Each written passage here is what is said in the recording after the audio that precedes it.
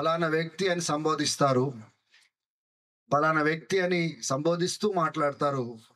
చనిపోయిన తర్వాత ఏమని మాట్లాడతారంటే ఆయన శరీరము అక్కడ పెట్టబడి ఉంది, లేకపోతే ఆమె శరీరం అక్కడ పెట్టబడి ఉంది అంటారు. కానీ ఆమె అక్కడ ఉంది, లేకపోతే ఆయన అక్కడ ఉన్నాడనే మాట ఎవరు కూడా పలుకరు.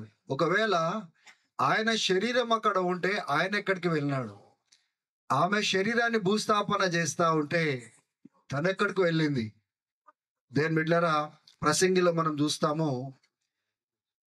మట్టికి మన్నుగా అప్పగిస్తేటప్పుడు ఆ ఆ వాక్యాన్ని మనం జ్ఞాపకం తెచ్చుకుంటాము. ఏ ఆత్మనైతే దేవుడు తయారు చేస్తున్నాడో ఆ తిరిగి ఆ సృష్టికర్త దగ్గరికి వెళ్ళాలి అనే వాక్యాన్ని మనము చూసుకున్నాం. దేని బిడ్డలారా, ఈ సాయంకాల సమయంలో కొన్ని విషయాలు మీతో మాట్లాడడానికి నేను ప్రయత్నం చేస్తాను. క్రైస్తవులకు దేవుడిచ్చిన గొప్ప నిరీక్షణ, ఆ నిరీక్షణ రావడానికి కారణము ఏంటి? ఏ రీతిగా ధైర్యంగా మా పాప ఈ సాక్ష్యాన్ని చెప్పింది. తల్లి యొక్క శవమును, శరీరాన్ని అక్కడ పెట్టుకొని ఏ రీతిగా అయితే సుధీర్ బాబాయ్ నేను చూస్తున్నాను దేవుడిని స్తుతించడము, అందరూ స్తుతించినారు. ఈ బిడ్డకు సుధీర్తో ఉన్న అనుబంధం బట్టి ఏ రీతిగా దేవుడిని స్తుతిస్తున్నాడు, ఆరాధిస్తున్నాడో, ఘనపరుస్తున్నాడో, ఆ బిడ్డ ఇంటికి వచ్చిన తర్వాత ఈ మాట చెప్పిన, డాడీ ఆ స్థలంలో ఒకవేళ నేను ఉన్నట్లయితే ఆ రీతిగా నేను స్తుతించలేను, దేవుడిని ఆ రీతిగా నేను ఘనపరచలేను. ఎందుకంటే ఒక వ్యక్తిని పోగొట్టుకున్న తర్వాత, అది కూడా సొంత తల్లిని పోగొట్టుకున్న తర్వాత కూడా తను ఏ రీతిగా దేవుణ్ణి ఆరాధిస్తున్నాడో, దేవుని కృతజ్ఞత స్తోత్రాలు చెల్లిస్తున్నాడో, ఎటువంటి నిరీక్షణ కలిగి ఉన్నాడో, అది నాకు మంచిగా అనిపించింది అనే సాక్ష్యాన్ని మా గృహంలో ఆ బిడ్డ చెప్పడము జరిగింది. ఈ నిరీక్షణ ఎక్కడి నుంచి వచ్చింది? దేవుని బిడ్డలారా, ఈ యొక్క నిరీక్షణను ఏ రీతిగా మనం పొందుకున్నాం? ఒకవేళ ఏ యేసునైతే మనం సేవిస్తున్నామో ఆ యేసు ఈ లోకంలోకి వచ్చి గొప్ప కార్యాలు చేసినప్పటికీ, రోగులను బాగు చేసినప్పటికీ, దయ్యాలను వెలగొట్టినప్పటికీ, వ్యాధిగ్రస్తులను స్వస్థపరిచినప్పటికీ, ఒకవేళ తను చనిపోయి తిరిగి లెగవన్నట్లయితే మనము మృతము ఏదైతే క్రీస్తును అంతం చేసి ఉందో ఆ మృతుడైన క్రీస్తు పైన విశ్వాసం పెట్టి ఏమాత్రము లాభము లేదు. ఎందుకంటే యేసయ్య చెప్పిన మాటలను మనం జ్ఞాపకం తెచ్చుకున్నట్లయితే యోహాను సువార్త 11వ అధ్యాయంలో అంటాడు, నేనే పునరుద్ధానము, నేనే జీవమును అని చెప్తున్నాడు. నా యందు విశ్వాసం కలిగిన వాడు చనిపోయినను తిరిగి లేచును, లేకపోతే బ్రతుకును అనే మాటలు అని సెలవిస్తున్నాడు. దేవుని బిడ్డలారా, ఈ దినము మరణం అనే భయం మనకి ఎందుకు లేదు తెలుసా? మరణము మనల్ని ఎందుకు వేధించలేదు? ఒకవేళ మనం ఆలోచన చేసినట్లయితే మరణము ఎక్కడి నుంచి వచ్చింది? రోమిలకు రాసిన పత్రికలో మనం చూసినట్లయితే ఆదాము ద్వారా ఏ పాపం అయితే జరిగిందో ఆ పాపము ద్వారా మరణము అందరికీ సంభవించెను. కానీ క్రీస్తు ద్వారా, ఆయన మృతుడై లెగవడం ద్వారా ఆ జీవము కూడా, ఆ నీతి కూడా అందరికీ అనుగ్రహించబడుతుందని లేఖనాలు చెప్తా ఉన్నాయి. అంటే పాపము ద్వారా ఏమొచ్చిందండి? మానవులకు మరణం వచ్చింది. దేవుని బిడ్డలారా, ఆ మరణాన్ని ఓడించడానికి, మరణాన్ని గెలవడానికి ఆ దేవుడు స్వయాన ఒక మానవుడుగా ఈ లోకంలోకి వచ్చినాడని లేఖనాలు చెప్తా ఉన్నాయి. ఆ యొక్క మార్తాతో మాట్లాడుతున్నాడు, మరియతో మాట్లాడుతున్నాడు, లాజరస్ చనిపోయి ఉన్నాడు. ఈమెమో ప్రభువా నువ్వు ఒకవేళ ఉన్నట్లయితే నా సహోదరుడు చనిపోయేవాడు కాదు, బాగోయేవాడు అనే మాట తను పలికేటప్పుడు ఆ సందర్భంలో చెప్పిన మాటలు ఏంటిదంటే, నేనే పునరుద్ధానము, నేనే జీవము, నా యందు విశ్వాసం కలిగిన వాడు చనిపోయినను బ్రతుకుతాడు అనే గొప్ప మాటలు యేసు ప్రభు తెలియచేసినట్లుగా మనం లేఖనాలలో మనము చూస్తూ ఉంటున్నాం. దేవుని బిడ్డలారా, ఒక సందర్భంలో యోహాను సువార్త 10వ అధ్యాయంలో 14వ వచనం నుంచి 18వ వచనం వరకు మనం చూసుకున్నట్లయితే, గొర్రెల మంచి కాపరిని నేను అని యేసయ్య పరిచయం చేసుకుంటూ, ఆ గొర్రెల కోసము ప్రాణం పెట్టే మంచి కాపరిని అని ఆయన పరిచయం చేసుకుంటూ, కింద ఏమంటాడంటే, ప్రాణము పెట్టుటకు నాకు అధికారం కలదు, ప్రాణమును లేపుటకు అధికారము కలదు.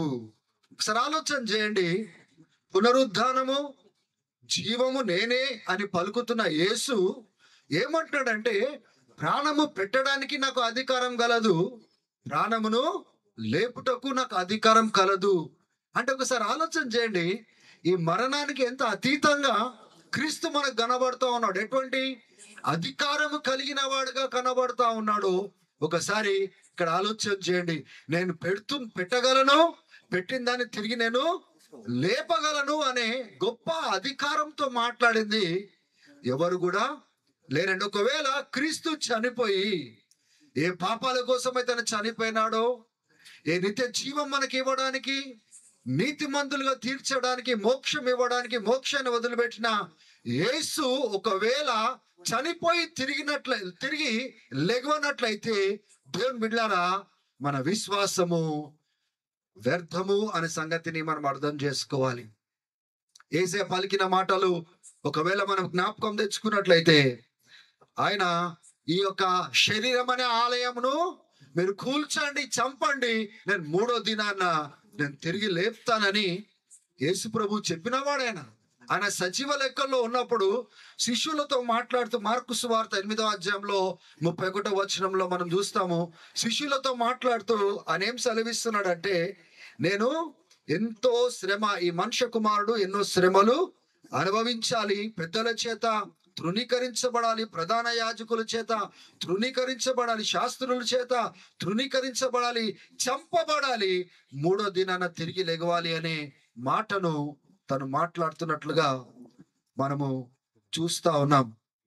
దేవుని బిడ్డలారా, మనము విశ్వాసం పెట్టిన దేవుడు ఆయన మరణాన్ని గెలిచినవాడు, మరణాన్ని ఓడించినవాడు. ఏ పాపమైతే మానవుడికి మరణం తీసుకొచ్చిందో, మరణము ఒక భయమును పుట్టించిందో, యేసయ్య ఆయన శరీరధారిగా ఈ లోకంలోకి వచ్చి ఆయన మరణమును రుచి చూచి, మరణమును ఓడించి ఆయన తిరిగి లేచిన వాడని లేఖనాలు చెప్తా ఉన్నాయి. ప్రకటన గ్రంథంలో కూడా మనం చూస్తా ఉన్నాము.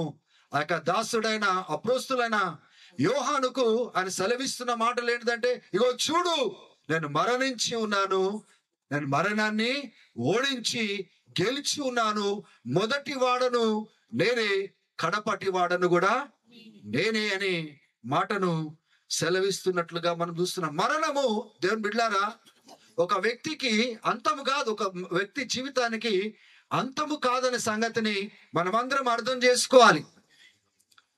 మరణించిన తర్వాత, ఇప్పుడు దేవుడు శాశ్వతం నుంచి శాశ్వతం ఉన్నవాడు, కానీ మానవుడు ఒకానొక పరిస్థితులలో పుట్టి ప్రారంభము కలిగినవాడు.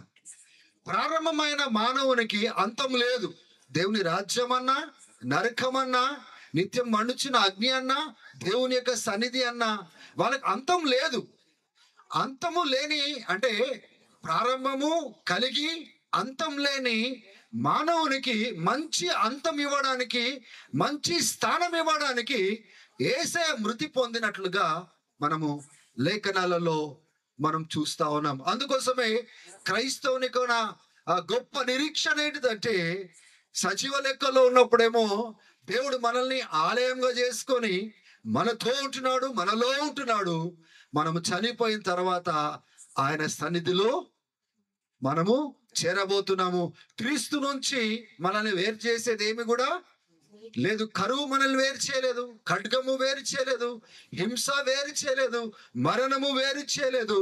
ఏ దేవుడైతే ప్రాణం పెట్టి ఏ మానవులకు విడుదల ఇవ్వడానికి, రక్షణ ఇవ్వడానికి ప్రాణం పెట్టి చనిపోయి తిరిగి లేచి తన సొత్తుగా చేసుకున్నాడో, దేవుని బిడ్డలారా, ఆ సొత్తును యుగ యుగములు ఉంచుకోవడానికి ఆయన ఒక మానవుడిగా ఈ లోకంలోకి వచ్చినాడని లేఖనాలు చాలా స్పష్టంగా తెలియజేస్తా ఉంటున్నాయి.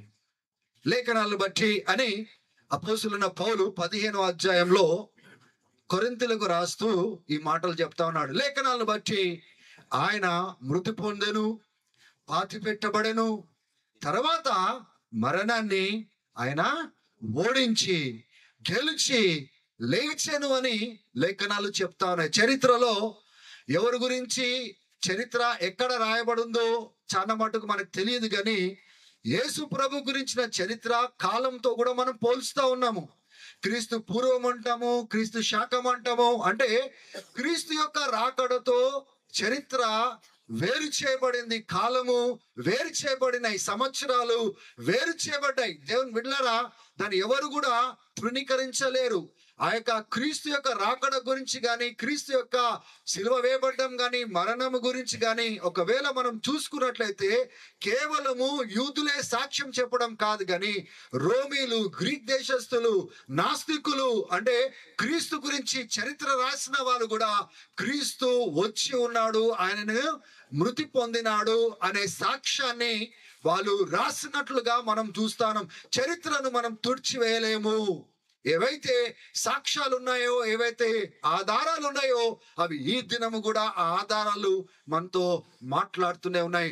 You cannot deny the coming of the lord. He came, ఆయన వచ్చినాడు, ఆయన మన కోసము ఆయన ప్రాణం పెట్టినాడు, మన పాపాల నుంచి విడిపించడానికి ఆయన ఒక బలి అయినాడు. పాపానికి శిక్షను తన శరీరానికి ఆయన ఆ యొక్క శిక్షను వేసినాడని లేఖనాలు చెప్తా ఉన్నాయి. కానీ ఇవన్నీ చేసిన యేసు ఒకవేళ చనిపోయి తిరిగి లేవనట్లయితే ఈ దినము మనమంతా మన పాపం నుంచి విడిపించబడే వారం కాదు. ఈ నిరీక్షణ మనం కలిగి ఉండేవారం కాదు. ఆ పరలోకపు నిరీక్షణ మనం కలిగి ఉండేవారము కాదు. పౌలు అదే విషయాన్ని ఈ కొరింథీయులకు రాస్తూ ఏమంటున్నాడంటే, ఆయన చనిపోయి పాతి పెట్టబడి 3వ దినాన తిరిగి లేచినాడు. తిరిగి లేచి ఆయన మొట్టమొదటిగా పేతురుకు కనబడ్డాడని 15వ అధ్యాయం మీరు చూడండి. పేతురుకు కనబడ్డాడని, ప్రత్యక్షపరచబడ్డాడని అక్కడ తెలియచేయబడుతుంది. అదే కాకుండా 12 మంది అపోస్తులకును, తర్వాత 500 మందికి పురుషులకు ఆయన ప్రత్యక్షము అయినట్లుగా లేఖనాలు చెప్తా ఉన్నాయి. సాక్ష్యాధారాలు చెప్తా ఉన్నాయి. ఎప్పుడైనా కోర్టులో మనం నిలబడినట్లయితే సాక్ష్యాలు ఏంటి అంటే, వీళ్ళందరూ వచ్చి నిలబడతారు. మేము చనిపోయిన తర్వాత ఆయనను చూసినాము, ఆయనను ముట్టినాము, ఆయనతో మేము కూర్చున్నాము, ఆయన మాతోని మాట్లాడినాడని వాళ్ళు సాక్ష్యాలు చెప్తారు. ఈ 500 మంది పురుషులు అంటే అక్కడ స్త్రీలు లేరని కాదు. అంటే బైబిల్ గ్రంథంలో మనం చూసుకున్నట్లయితే 5,000 మంది పురుషులు భోజనం చేసినారు. ఆయన రొట్టె విరిచినాడు. 5 రొట్టెలు 2 చేపలు అని మన కథ వింటాం కదా. అంటే సంఖ్యను కౌంట్ చేయడానికి పురుషులను మాత్రమే ఆ సాంప్రదాయంలో తీసేవారు. అంటే వాళ్ళతో పాటు స్త్రీలు కూడా కూర్చున్నారు, వృద్ధులు కూడా ఉన్నారు. అంటే సంఖ్య చాలా పెద్దగా ఉంటుంది. అంటే 500 మంది పురుషులకు కనిపించినాడు, యేసు ప్రభు ప్రత్యక్షము చేసుకున్నాడు అని లేఖనాలు చెప్తా ఉంటే ఒకసారి ఆలోచన చేయండి.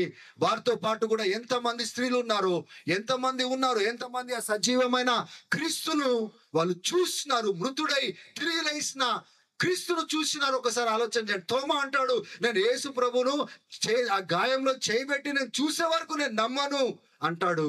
ఎప్పుడైతే యేసు వాళ్ళు కూర్చున్న గదిలో తలుపులు వేయబడినప్పటికీ లోపలికి ప్రవేశించినప్పుడు ఆయన అంటాడు, నేను చేయబెట్టి నేను చూడాలి. ఆ సాక్ష్యము ఈ దినము మనకు క్రైస్తవులకు అంటే గొప్ప నిరీక్షణ వచ్చింది. అంటే యేసు ప్రభు యొక్క శిష్యుడు తోమా భారతదేశానికి వచ్చినాడు. ఏలుబెట్టి చూసిన వాడే వచ్చినాడు. అది ఏలుబెట్టి నేను చూసి అప్పుడే నేను నమ్ముతాను నిజంగా క్రీస్తా కాదా అని. ఆయన ఏలుబెట్టి చూచిన వెంటనే నా ప్రభువా, నా దేవా, my lord and my God అనే సాక్ష్యము ఆయన ఇచ్చినట్లుగా మనం చూస్తా ఉన్నాం. దేవుని బిడ్డలారా, అందుకోసమే యోహాన్ భక్తుడు ఆ పత్రికలు మీరు చూడండి, మేము చూసినవి, మేము విన్నవి, మా చేతులను తాకినవి ఆ సాక్ష్యము మేము మీకు చెబుతా ఉన్నాము.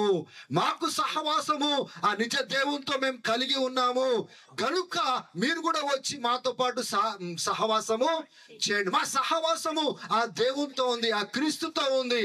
మీరు కూడా వచ్చి మాతో సహవాసము చేయండి అనే గొప్ప గొప్ప సాక్ష్యం వాళ్ళు ఇవ్వగలుగుతున్నారంటే, సజీవ లెక్కల్లో ఉన్నప్పుడు వాళ్ళు నడిచినప్పుడు యేసయ్యను చూస్తున్నారు, మృతులు ఆ యొక్క సిలువ వేసేటప్పుడు చనిపోవడం చూస్తున్నారు, చనిపోయి తిరిగి లేచిన తర్వాత కూడా దేవుని బిడ్డలారా వాళ్ళు సాక్ష్యాన్ని చెప్తున్నారు, మేము చూసినాము ఆ యేసుని. ఒకసారి ఆలోచన చేయండి, ఏ 12 మంది శిష్యులు అయితే వాళ్ళు యేసు ప్రభుని సిలువ వేసేటప్పుడు చెదిరిపోయినారో, ఆ 12 మంది శిష్యులు దాచుకున్నారు.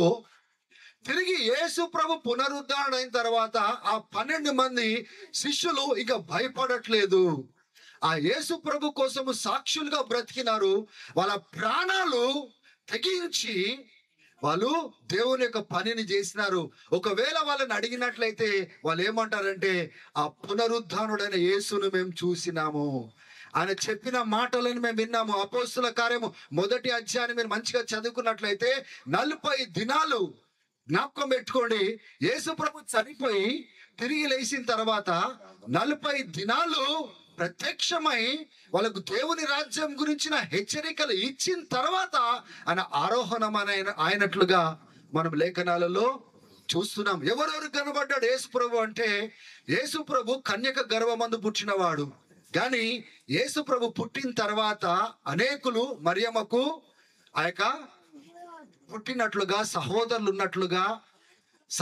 ఉన్నట్లుగా లేఖనాలు చెప్తా ఉన్నాయి. యేసుప్రభు ఒక్కడే పరిశుద్ధుడిగా పుట్టినాడు, కన్యక గర్భమందు పుట్టినాడు. దాంట్లో ఒక వ్యక్తి ఉన్నాడు, యాకోబు, జేమ్స్.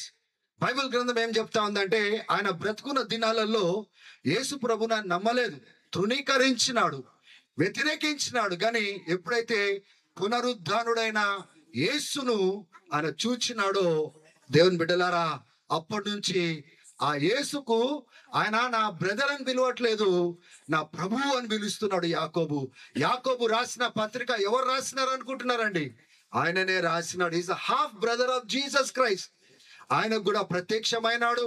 ఇంకా పౌలు అంటాడు, అబ్నార్మల్ గా ప్రీమెచ్యూర్ గా నేను పుట్టిన వ్యక్తిగా నాకు కూడా ఆయన చివరికి ప్రత్యక్షమైనాడని అపోస్తలుడైన పౌలు సాక్ష్యం చెప్తున్నారు. వీళ్ళంతా ప్రాణము తెగించి వాళ్ళు దేవుని పని కోసం వెళ్ళడానికి కారణం ఏంటి తెలుసా అండి?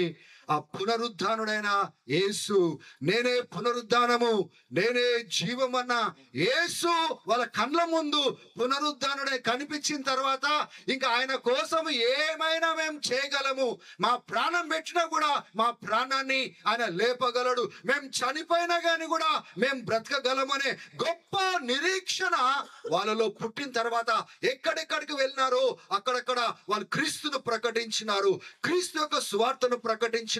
క్రీస్తు నామంలో పాప క్షమాపణ ఉచితంగా దేవుడు మన పాపాలను క్షమించడానికి ఆయన కుమారుడిని బలి చేసినాడు గనుక మన క్రియలు అవసరం లేదు, మన డబ్బులు అవసరం లేదు, మన ఆస్తి పాస్తులతో మోక్షము సంపాదించుకోవాల్సిన అవసరం లేదు.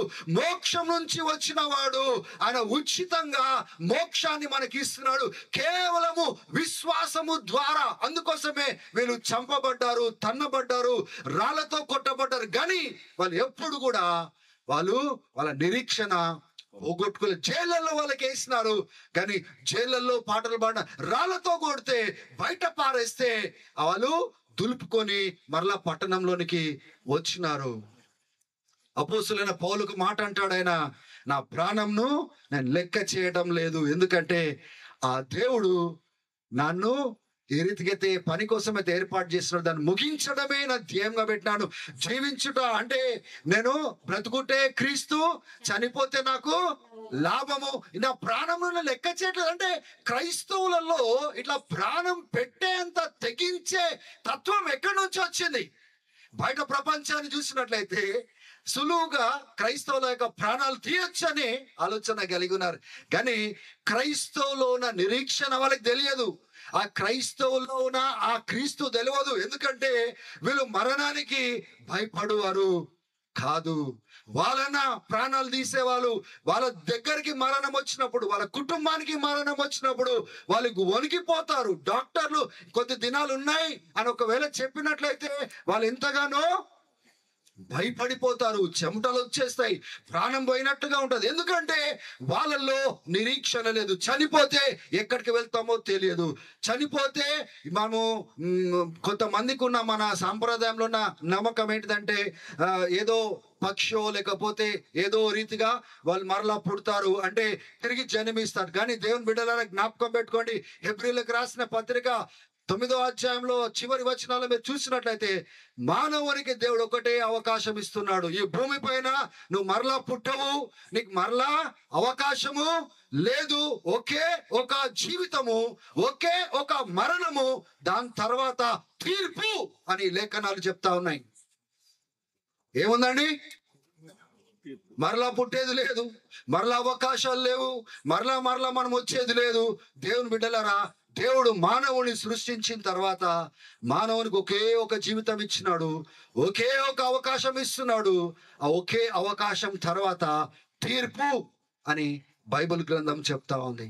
ఏ తీర్పులైతే మానవులు రావాలో దేవుడు ఆ తీర్పులోనికి రాకుండా విడిపించడానికి, రక్షించడానికి, మోక్షం ఇవ్వడానికి దేవుని బిడ్డలారా ఆ యొక్క ఉగ్రతను ఆ శిలువ పైన తీసుకున్నాడు. ఆ తీర్పు మన పైకి రావడానికి వీలు లేదు. ఆయన యందు విశ్వాసం కలిగిన వారు మరణం నుంచి జీవంలోనికి దాటి ఉన్నారు అని బైబిల్ చెప్తా ఉంది. ఇక మీదట వాళ్ళ పైన తీర్పు లేదు అని లేఖనాలు చెప్తా ఉన్నాయి. అంటే ఏ తీర్పుతోనైతే లోకాన్ని దేవుడు తీర్చబోతున్నాడో, తీర్వబోతున్నాడో, ఆ తీర్పులో ఆయన బిడ్డలు నిలబడరు. వాళ్ళు మరణం నుంచి జీవంలోనికి దాటి ఉన్నారు. ఆ తీర్పులోనికి రానివ్వకుండా జీవంలోనికి వాళ్ళు దాటి ఉన్నారు. హల్లెలూయా, దేవునికి మహిమ కలుగును గాక. దేవుడు ఆ గొప్ప నిరీక్షణ మనకిచ్చిన. అందుకోసమే భక్తులు మరణం దగ్గరకు వస్తా ఉంటే వాళ్ళు ఏమంటారంటే, ప్రభువా నన్ను తీసుకెళ్ళు ప్రభువా అంటారు. అపోస్తలుడైన పౌలు ఏమంటాడు తెలుసా? ఈ శరీరం విడిచి నా ప్రభు దగ్గరికి వెళ్ళిపోవాలని నాకు ఆశ ఉంది, కానీ మీకోసమే, మీ లాభం కోసమే దేవుడు నన్ను ఇక్కడ ఉంచి ఉన్నాడని మాట అని సెలవిస్తా ఉంటున్నాడు. క్రైస్తవుల నిరీక్షణ ఏంటిదంటే దేవుడు మనకి ఇవ్వబోయే మహిమ శరీరము. ఈ మహిమ శరీరము ఎలా మనకి ఇవ్వబోతున్నాడంటే, ఏ రీతికైతే యేసు శరీరధారిగా వచ్చినాడో, సామాన్యమైన మనిషిగా మన కోసం పుట్టినాడో, చనిపోయి తిరిగి లేచి మహిమ శరీరంతో ఎట్లా లేపబడ్డాడో, ప్రథమ ఫలముగా యేసు ప్రభు ఎట్లయితే మహిమ శరీరం కలిగినాడో, తర్వాత పంట అంతా కూడా మొదటి ఫలం ఎట్లా ఉంటుందో తర్వాత పంట కూడా అటువంటి మహిమ శరీరంతో దేవుడు మనల్ని లేపబోతున్నాడు. ఇప్పుడు ఈ క్షయమయ్యే శరీరము, పాడైపోయే శరీరము, రోగపాలయ్యే శరీరము, బాధలు తెచ్చే శరీరము, నొప్పి తీసుకొచ్చే శరీరము ఒక దినము విడిచి, నొప్పి లేదు, కష్టం లేదు, రోగం లేదు, వ్యాధి లేదు, యేసు ఏ రీతిగా అయితే మహిమతో లేపబడ్డాడో అటువంటి మహిమ శరీరము మనం కలిగి యుగ యుగములు ఆయనతో పాటు ఉంటామంట. అండి దేవుని బిడ్డలారా, మనల్ని ఆపగలిగిన వాళ్ళు ఎవరు లేరు, ఎవరు వచ్చి మనల్ని అడ్డు చెప్పలేరు. ఎందుకు తెలుసా?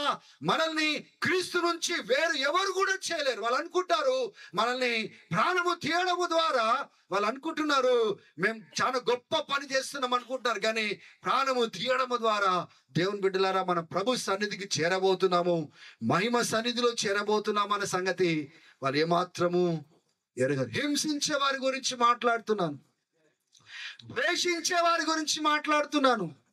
క్రైస్తవులు క్రీస్తునే పేరు తీసుకోగానే ఎంతో మంట, రోషము చూపించే వారితో మాట్లాడుతున్నాను. దేవుని బిడ్డలారా, వాళ్ళకి నిరీక్షణ లేదు. వాళ్ళు చనిపోతే ఏమైతుందో తెలియదు, వాళ్ళకు నిత్యరాజ్యము ఉందా లేదా కూడా వాళ్ళకి తెలియదు. కానీ ఒకవేళ అటువంటి వారు ఈ రాత్రి దేవుని యొక్క మాటలు వింటున్నట్లయితే, క్రీస్తు నీ కోసం కూడా చనిపోయినాడు, క్రీస్తు నీకు కూడా నిత్య జీవం ఇస్తాడు, నీకు కూడా మరణం పైన జయం ఇస్తాడు, నిన్ను కూడా నీ పాపాలను క్షమిస్తాడు, నిన్ను కూడా చనిపోతే మహిమ శరీరంతో లేపుతాడు ఆయన యందు విశ్వాసం ఉంచినట్లయితే. హల్లెలూయా. చేతులైతే దేవునికి వందనాలు చెల్లిస్తామా? హల్లెలూయా. ఈ లోకంలో ఏం లేకపోయినా పర్వాలేదు దేవుని బిడ్డలారా, ఆస్తులు లేకపోయినా పర్వాలేదు, డబ్బు లేకపోయినా పర్వాలేదు, ఒకవేళ ఆరోగ్యం కూడా మంచిగా లేకపోయినా పర్వాలేదు, కానీ మనకు అవసరమైంది ఏంటి తెలుసా? దేవుడు రాబోయే ఉగ్రత ఏదైతే మానవులపైకి రాబోతుందో దాని నుంచి తప్పించి ఇచ్చే రక్షణ చాలా ప్రాముఖ్యమైంది. అందుకోసమే చాలా మటుకు మనం అడుక్కుంటా ఉంటాం, నువ్వు రక్షించబడ్డావా అంటే రాబోయే ఉగ్రత నుంచి తప్పించబడ్డావా? క్రీస్తు ద్వారా నువ్వు తప్పించబడ్డావా? క్రీస్తును నువ్వు ఎరిగినావా? దేవుని బిడ్డలారా, క్రైస్తత్వము ఒక మతము కాదు. మతము మానవులు తయారు చేస్తారు, మార్గము దేవుడు ఏర్పాటు చేస్తాడు. యేసయ్య ఏర్పాటు చేసింది మార్గము, కానీ మతము కాదు. ఏ మత మార్పిడి కాదు. ఆయన పరలోకానికి చూపించే మార్గము. నేనే మార్గం అన్నాడు, నేనే సత్యం అన్నాడు, నేనే జీవం అన్నాడు, నేనే పునరుద్ధానం అన్నాడు. పరలోకం నుంచి దిగి వచ్చిన రొట్టె నేనే, తిని బ్రతకండి అన్నాడు. పరలోక ద్వారంలో ప్రవేశించే ద్వారము నేనే, నేనే అన్నాడు యేసు ప్రభు. ఆ రీతిగా చెప్పిన వారు ఎవరు లేరు. ఆ రీతిగా చెప్పిన వారు ఎవరు లేరండి. దేవునికి మహిమ కలుగును గాక. ఆయన మన తండ్రి అండి. హల్లెలూయా. ఆయన ఏమంటున్నాడు తెలుసా శిష్యులతో? 14వ అధ్యాయంలో యోహాను సువార్త, కలవరపడకండి. ఏమంటున్నాడు? మీ హృదయాలు కలవరపడనివ్వకండి. అక్కడ మంచి నివాస స్థలములు వెళ్తున్నా, నేను మీకోసమే సిద్ధపరచడానికి వెళ్తున్నా. నేను మళ్ళీ వస్తా. నేను హల్లెలూయా. నేను మళ్ళా వస్తాను. వచ్చినప్పుడు ఇప్పుడు ఏం చేస్తాను తెలుసా? మీ అందరినీ నేను తీసుకుపోవడం కాదండి. తీసుకుపోవడం చాలా ఈజీ, కానీ తీసుకుపోతూ అన్న మాట ఏంటిదంటే, నేను ఉండు చోట్లో మీరు ఉండున్నట్లుగా నేను మిమ్మల్ని తీసుకుపోతాను. హల్లెలూయా. ఒకవేళ నేను ఇక్కడ కూర్చున్నాను అనుకుందాం, ఇది చాలా ఇంపార్టెంట్ స్థలం అనుకుందాం. ఒకవేళ ఇది ఇంపార్టెంట్ స్థలం అనుకోండి, నేను ఇక్కడ కూర్చొని ఉంటే ధైర్యంగా నా కొడుకు నా కూతురు వచ్చి ఇక్కడ కూర్చోవచ్చు. అవునా కదండి? వేరే వాళ్ళు రావడానికి లేదు.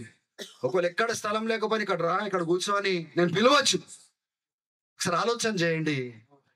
యేసుతో ఆ రీతిగా మనం కూర్చోబోతున్నాం. ఎఫెసీయులకు రాసిన పత్రిక 2వ అధ్యాయంని జాగ్రత్తగా మీరు చూసుకున్నట్లయితే, మనము పాపము చేత ఈడవబడుతూ ఈ లోకమును, ఈ లోకపు ఆత్మను అనుసరించుచు, ఎప్పుడైతే మనము చచ్చిన వారి వలె దేవుని దృష్టిలో శత్రువులుగా మనం బ్రతుకుతున్నామో, దేవుని మహిమ లేకుండా మనం బ్రతుకుతున్నామో, లోకపు విధులను అనుసరించి బ్రతుకుతున్నామో, క్రీస్తు ఆయన మృతి పొందెను. చచ్చిన వారి వలె ఉన్న మనలను ఆయన బ్రతికించెను, ఆయన లేవనెత్తెను, క్రీస్తుతో కూడా మనల్ని కూర్చోబెట్టాను అని లేఖనాలు చెప్తా ఉన్నాయి. దేవుని బిడ్డలారా, ఈ రక్షణ విషయంలో ఏ మనిషి కూడా యోగ్యుడు కాదు, అర్హుడు కాదు. కానీ దేవుడు ఆయన గొప్ప కృప చేత మనకు ఆ ధన్యత మనకిస్తున్నాడు. యోగ్యత లేని వారికి యోగ్యతనిస్తున్నాడు. క్షమాపణ వీళ్ళకి దొరకద్దు అని చెప్పిన వారికి దేవుడు క్షమాపణ ఇవ్వడానికి ఇష్టపడుతున్నాడు. దేవుడు లేపడానికి ఇష్టపడుతున్నాడు. దేవుని బిడ్డలారా, ఎటువంటి స్థితిలో మనం ఉన్నప్పటికీ మనల్ని ప్రేమించే మన సృష్టికర్త ఉన్నాడనే సంగతిని మనం జ్ఞాపకం తెచ్చుకోవాలా. కొలొస్సీయులకు రాసిన పత్రిక 3వ అధ్యాయాన్ని మనం చూసుకున్నట్లయితే, ఆ క్రీస్తు ద్వారా మనం అదృశ్యమైనవి దృశ్యమైనవి సమస్తము చేయబడెను, సమస్తము ఆయన కోసము చేయబడెను అని లేఖనాల్లో మనం చూస్తున్నాం. మనము కూడా ఆయన కోసము చేయబడ్డాము.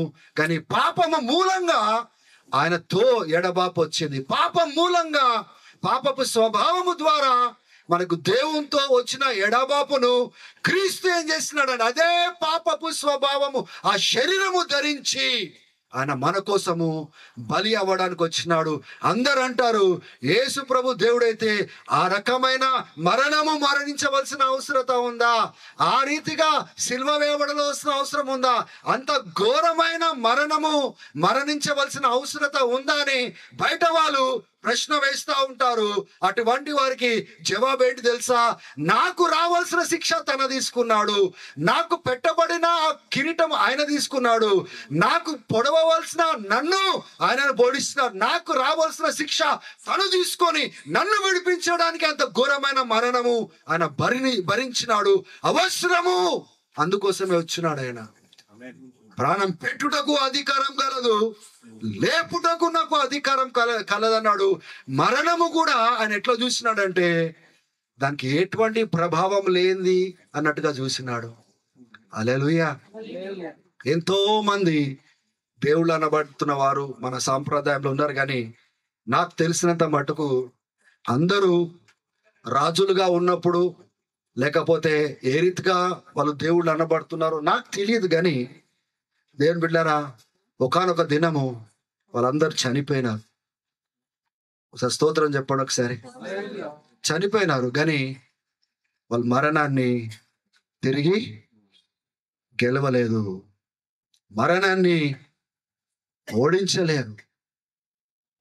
ఇప్పుడు మరణాన్ని గెలిచిన వ్యక్తి నాకు మరణం పైన నాకు గెలుపునివ్వగలుగుతాడు.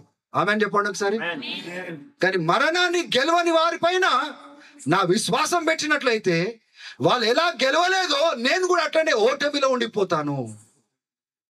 యేసయ్య చెప్పిన మాటలను జ్ఞాపకం తెచ్చుకోండి. 14వ అధ్యాయం యోహాను సువార్తలో అని అంటాడు, నేను జీవించుచున్నాను గనుక, గట్టిగా చెప్పండి, మీరు కూడా జీవించెదరు.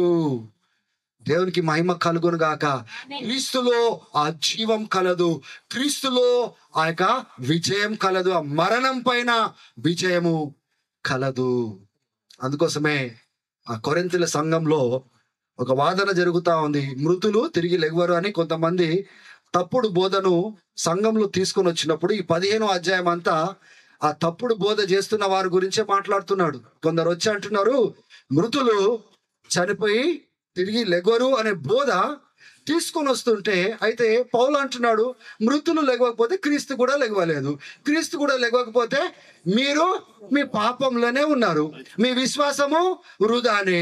అయితే మేము అబద్ధ సాక్షులము, క్రీస్తు లేచినాడని సాక్ష్యం చెప్తుంటే మేము అబద్ధికులము, ఇంకా క్రీస్తులో చనిపోయిన వాళ్ళందరూ కూడా పోగొట్టుకున్న వాళ్ళు, అంటే వాళ్ళకు ఎక్కడో పోయినారు, గాల్లో కలిసిపోయినారు.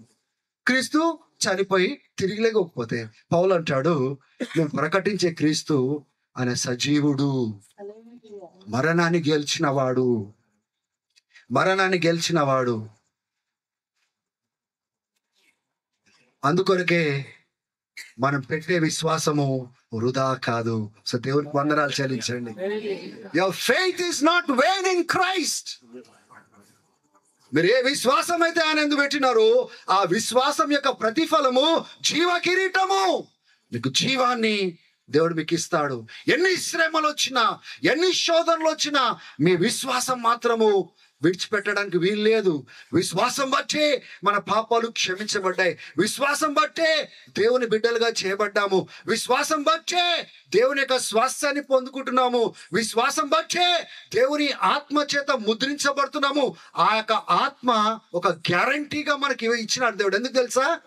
పరలోక రాజ్యం యొక్క స్వాస్థ్యాన్ని పొందుకోవడానికి, గ్యారంటీగా పొందుకోవడానికి దేవుడు తన ఆత్మను మనకు అనుగ్రహించినాడు.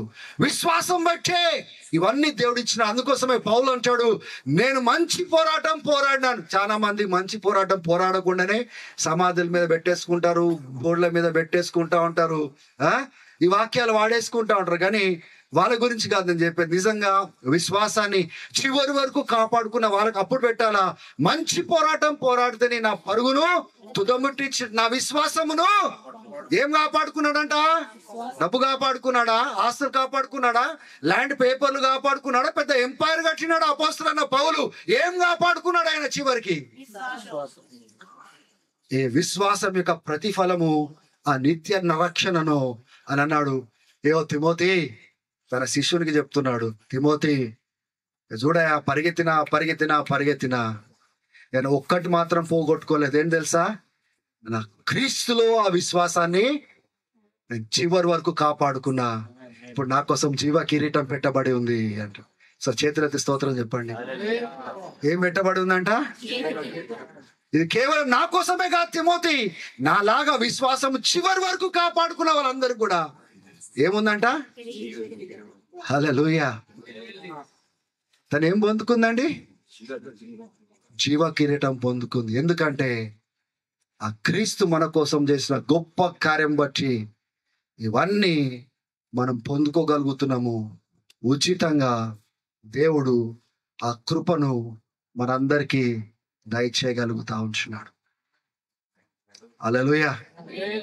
దేవుడు మనుషులను బతిమలాడుతున్నాడా అండి? దేవుడు బలవంతం పెడుతున్నాడా మనుషులని? ఆయన బలవంతం పెట్టేవాడు ఉంటే అంత బలహీనుడుగా ఈ లోకంలో శరీరధారిగా రావాల్సిన అవసరం లేదు ఆయనకి.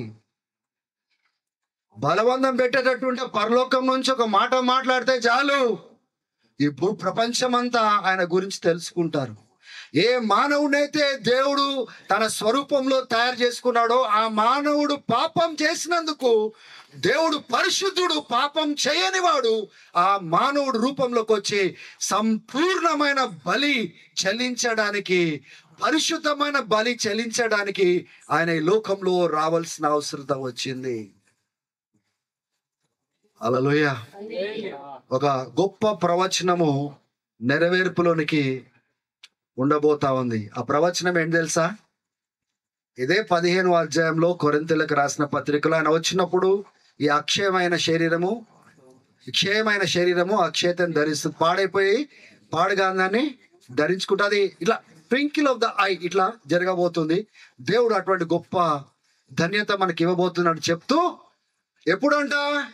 యేసయ్య రాకడలో ఆయన దూతలతో వచ్చినప్పుడు, పరిశుద్ధులతో వచ్చినప్పుడు ఆయన ఏం చేయబోతున్నాడండి?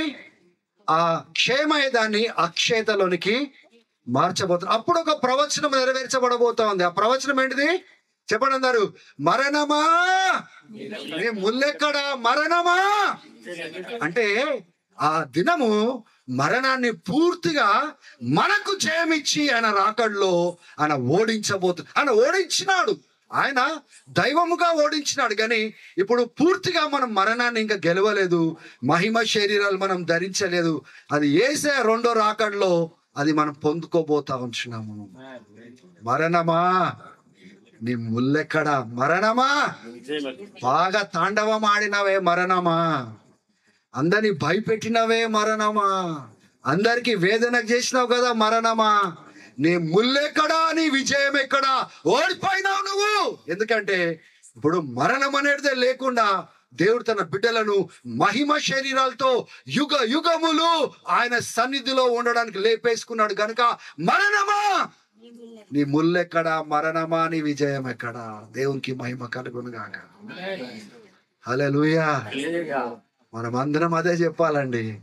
మరణమా నువ్వు నన్ను భయపెట్టలేవు. మరణానికి నేను భయపడే వ్యక్తిని, నేను జయించిన వ్యక్తిని. ఎందుకంటే నా యేసు జయించినాడు కనుక ఆయన యందు విశ్వాసం కలిగిన వారికి అటువంటి మహిమ శరీరము ఇస్తా అని చెప్పినాడు. నా దేవుని నుంచి వేరు చేయగలిగింది ఏమి కూడా. చివరికి ఒకటి చెప్పి నేను ముగిస్తాను. దేవుని బిడ్డలారా జాగ్రత్తగా వినండి. అపోస్తలుడైన యోహాను అంటున్నాడు, నా పిల్లలారా రాబోయే దినాలలో ఏ రీతిగా మనం ఉండబోతున్నాం మనకు తెలియదు, కానీ ఆయన ప్రత్యక్షమైనప్పుడు, చెప్పండి అందరు ఒకసారి, అందరు చెప్పాలి, కొందరు చెప్పినారు, మనము ఆయన వలె ఉండబోతున్నాము. హల్లెలూయా. తండ్రి పోలికలో బిడ్డలు ఎట్లుంటారో మనం ఆయన పోలికలో ఉండబోతున్నాము. ఆయన వలె మనం ఉండబోతున్నాము. దేవునికి స్తోత్రం. అందుకోసమే సమాధి దగ్గర ఆరాధిస్తాము, శవం దగ్గర ఆరాధిస్తాము, భూస్థాపన దగ్గర ఆరాధిస్తాము, బయటికి నడిచేటప్పుడు ఆరాధిస్తాము. ఎందుకు తెలుసా? ఆ దేవుడు ఎంత గొప్పవాడో ఎరిగిన వాళ్ళం గనుక ఆరాధిస్తాము. అరే వీళ్ళు చనిపోయినా కానీ కూడా ఎలా స్తుతిస్తున్నారు, ఎందుకు ఏడవట్లేదు అంటే, అన్నిటికంటే మంచి స్థానానికి వెళ్ళిన తర్వాత ఎందుకు ఏడుస్తామండి మేము? మరలా మేము చూడబోతున్నామే, యేసే రాకడలో అందరినీ కలవబోతున్నామే. మేము ఎందుకు ఏడుస్తాము? మేము నిరీక్షణ కలిగిన వారము. కానీ నిరీక్షణ లేని వారు ఎలా ఏడుస్తారో చూడండి. రొమ్ము కొట్టుకొని ఏడుస్తారు, తలకాయలు బాదుకొని ఏడుస్తారు, తిండి తినకుండా ఏడుస్తారు. ఎందుకు తెలుసా? మరలా వాళ్ళు చూడరు, అందుకోసమే వాళ్ళు అట్లా ఏడుస్తారు. మనము మరలా చూస్తాం కాబట్టి మనం ఏడవము. హల్లెలూయా. పిల్లలను చదువుల కోసం వేరే దేశాలకు పంపిస్తాం కదా.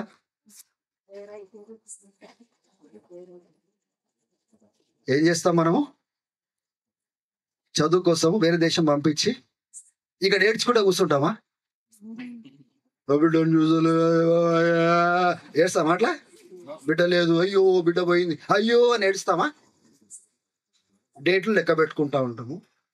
ఆ దినం రాగానే ఇంట్లో పండగ సందడి. మాకు తెలుసు, మా నాయన అట్లా చేసేటోడు. మేము చదువు కోసం బయటకు వచ్చినప్పుడు తిరిగి వెళ్ళే లోపల ఇంకా ఆయన లుంగి గింగి కట్టి ఆయననే అంత కోసి బిర్యానీ చేసి ఆయన సరదానే వేరుంటుండే. ఎందుకంటే బిడ్డలు ఇంటికి వస్తారు, ఆయన ప్రేమ వేరుంటుండే. సో తండ్రి అంటే we know that we are going back home and there's lots of joy back home. ఆమేన్. దేవుని బిడ్డలారా, క్రైస్తవులం కూడా మనము తిరిగి మన ఇంటికి పోతున్నాము. ఎక్కడ పోవట్లేదు, మనం ఎక్కడ అంతం కావట్లేదు. దేవుడు వస్తున్నాడు, ప్రియులను తీసుకొని వస్తున్నాడు. ఇప్పుడు స్క్రిప్చర్ రీడింగ్ లో 1 Thessalonians 4:13 నుంచి 17 వరకు మనం చదువుకున్నాం కదా. ఏమన్నది? ఆర్భాటంతో వస్తున్నాడు. ఎట్లా వస్తున్నాడండి? పెళ్లి జరిగేటప్పుడు ఎట్లా వస్తారండి? ధర్ములు కొట్టుకుంటా, డాన్సులు వేసుకుంటా వస్తాడు. పెద్ద శబ్దం వస్తున్నాడు. ఆయన ఆర్భాటంతో వస్తున్నాడు, ప్రధాన దూత శబ్దంతో వస్తున్నాడు. ఆయన వచ్చినప్పుడు మృతులు తిరిగి లేవిస్తారంట.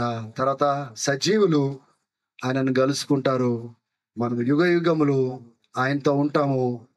ఈ మాటల చేత ఒకరినొకరు మీరు ఆదరించుకునండి. ఆమేన్. బయట వాళ్ళకు మనకున్న తేడా ఏంటిదంటే, అంటే బయట వాళ్ళు కూడా లోపలికి వస్తే వాళ్ళకు కూడా ఈ నిరీక్షణ కలుగుతుంది. ఆమేన్ చెప్పండి ఒకసారి. కానీ హృదయము మోసకరమైంది, ఘోరమైన వ్యాధి కలిగింది. సత్యము ముందొచ్చినా తృణీకరించేది, నిజ దేవుడు ప్రాణం పెట్టినా తృణీకరించేది. వాళ్ళని మనం ఏమీ చేయలేము. ఎవరి క్రియలు చొప్పున వాళ్ళు ప్రతిఫలం పొందుతారు. ఒక రోజు తీర్పు కోసం వాళ్ళు నిలబడతారు. కానీ దేవుడు మనం తప్పించినాడే, గొప్ప నిరీక్షణ ఇచ్చినాడే. ఆ నిరీక్షణ ఇవ్వడానికే ఆయన బలి అయినాడు. ఆయన మృతి పొందకుండా, జయించకుండా మృతులకు జయము లేదు. దేవునికి మహిమ కలుగును గాక. ఎంతమంది? అందుకోసమే వాళ్ళకు అర్థం కాదు క్రైస్తవులు. అరే ఈ ఇంట్లో చావు జరిగిందా? ఎందుకంటే వేరే దగ్గర ఎక్కడన్నా చావు జరిగితే ఏం జరుగుతుందండి? గోలా గోలా గోలా. చెన్నైలో అంట ఇంట్లో అంటే ఏమనుకోవద్దు, ఏడిచేటోళ్ళు లేకపోతే కొంతమంది డబ్బులు ఇచ్చి ఏడిచేటోళ్ళు పిలిపించుకుంటారంట. వాళ్ళ పని ఏంటిదంటే సావు దగ్గర ఓ రాగం దిగి ఇంకోళ్ళు రాగం తీస్తారు, వీళ్ళు రాగం తీసే లోపల ఇంకోళ్ళు రాగం తీస్తారు. ఇక చూడాలి అక్కడ రాగాలే రాగాలు. అది ఏం ఏడిపో తెలియదు, కానీ అది నిరీక్షణ లేని వారు వాళ్ళు ఏడ్చే విధానం అది. మనము దేవుడు మనల్ని ఏడవద్దు అంటలేడు, బాధపడకు అనట్లేదు. నిరీక్షణ లేని వారిలాగా ఏడవద్దు అని చెప్తున్నాడు. స్తోత్రం చెప్పండి ఒకసారి. బాధపడు, తల్లిని బట్టి బాధపడు, నీ సంబంధం బట్టి బాధపడు. వీళ్ళని ఎప్పుడు చూసినా కానీ కూడా భార్యాభర్తలు పక్కన ఇట్లా ఇట్లా ఇట్లా సీట్లు ఇట్లా ఎప్పుడు చూడు పక్కన అతుక్కొనే ఉంటారు వాళ్ళు. నేను ఎప్పటి నుంచి చూస్తున్నా వాళ్ళని. ఇంకోటి వాళ్ళల్లో చిరునవ్వు, వాళ్ళు నవ్విండ్రంటే సుధీర్ వాళ్ళ నాన్న అమ్మ ఫుల్ హార్ట్ఫుల్ గా నవ్వుతారు వాళ్ళు. దేవుని బిడ్డలారా, వాళ్ళిద్దరు అక్కడ కలుసుకున్నారు. ఏం మాట్లాడుకుంటున్నారు తెలియదు, ఏం జరుగుతుందో కూడా తెలియదు. కానీ ఆయన పోయిన తర్వాత ఆ ఎడబాపు మాత్రము ఆమెని కలవరం చేసింది. ఎందుకంటే ఎంతమంది బిడ్డలున్నా ఎవరున్నా భర్త భర్తని ఆ చోట ఎవరు అన్ని సంవత్సరాలు కలిసి ప్రయాణమైన తర్వాత ఇప్పుడు లేడు అని చెప్పడము. ఇంటికి రాగానే యేసయ్యా అంటుండే ఆయన. వాళ్ళ నాయన, అయ్యా యేసు ప్రభుని బిడ్డను నేను, యేసయ్యను కాదు అంటే యేసయ్యా అంటుండే ఆయన. వీళ్ళందరూ సాక్షులు. ఆయనకి ఏంటంటే సేవకులు ఇంటికి వస్తే యేసు ప్రభు వచ్చినట్టే.